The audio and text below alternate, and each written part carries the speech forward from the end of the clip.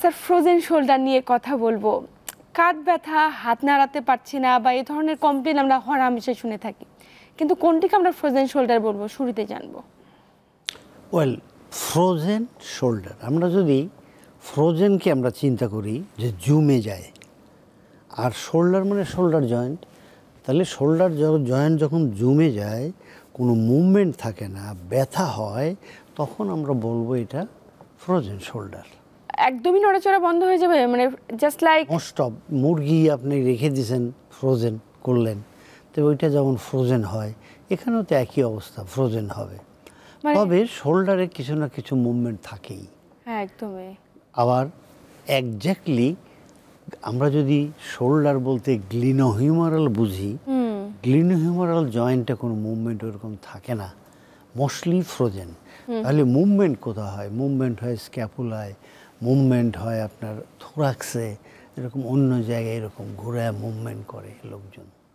কিন্তু এই যে একটি ফ্রোজেন শোল্ডার, মানে একদম জমাট বেঁধে যাচ্ছে, এটি আসলে শরীরে কিভাবে আমাদের বাসা বাঁধছে?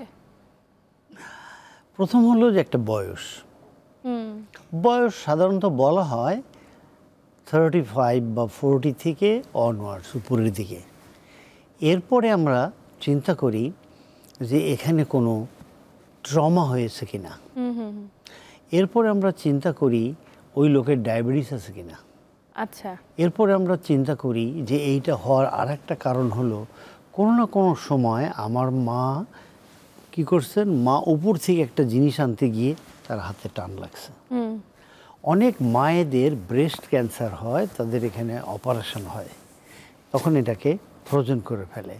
রোড ট্রাফিক অ্যাক্সিডেন্টে যদি আপনার আঘাত লাগে অথবা এখানে ভেঙে যায়, সেখানে আপনার ফ্রোজেন হতে পারে।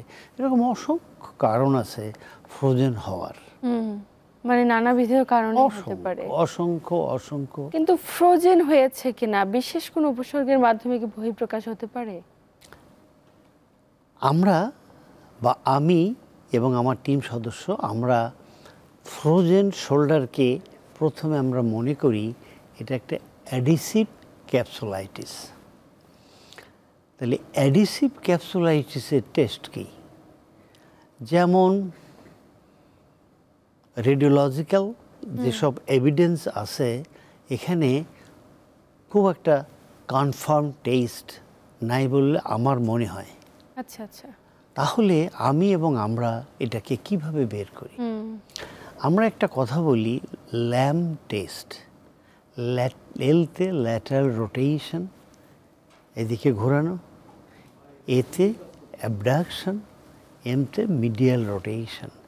এই তিনটা, অর্থাৎ আমি বাইরের দিকে ঘোরাবো, এদিকে উঠাবো, পেছনে নেব। যদি এই তিনটা টেস্টে পেশেন্ট কষ্ট পায় এবং তার ব্যথা থাকে, মুভমেন্ট থাকে না, তখন আমরা কনফার্ম করতে পারি ফ্রোজেন শোল্ডার হয়েছে। এটা হলো খুব বেসিক। আচ্ছা আচ্ছা। এছাড়াও আমরা সুন্দর করে ধরে আমরা যদি তার হিউমারাসটাকে হালকা টানি, তার ওই জায়গায় ওই অ্যাডিসিভ ক্যাপসুলাইটিস যেখানে হয় সেখানে তার তীব্র ব্যথা হবে।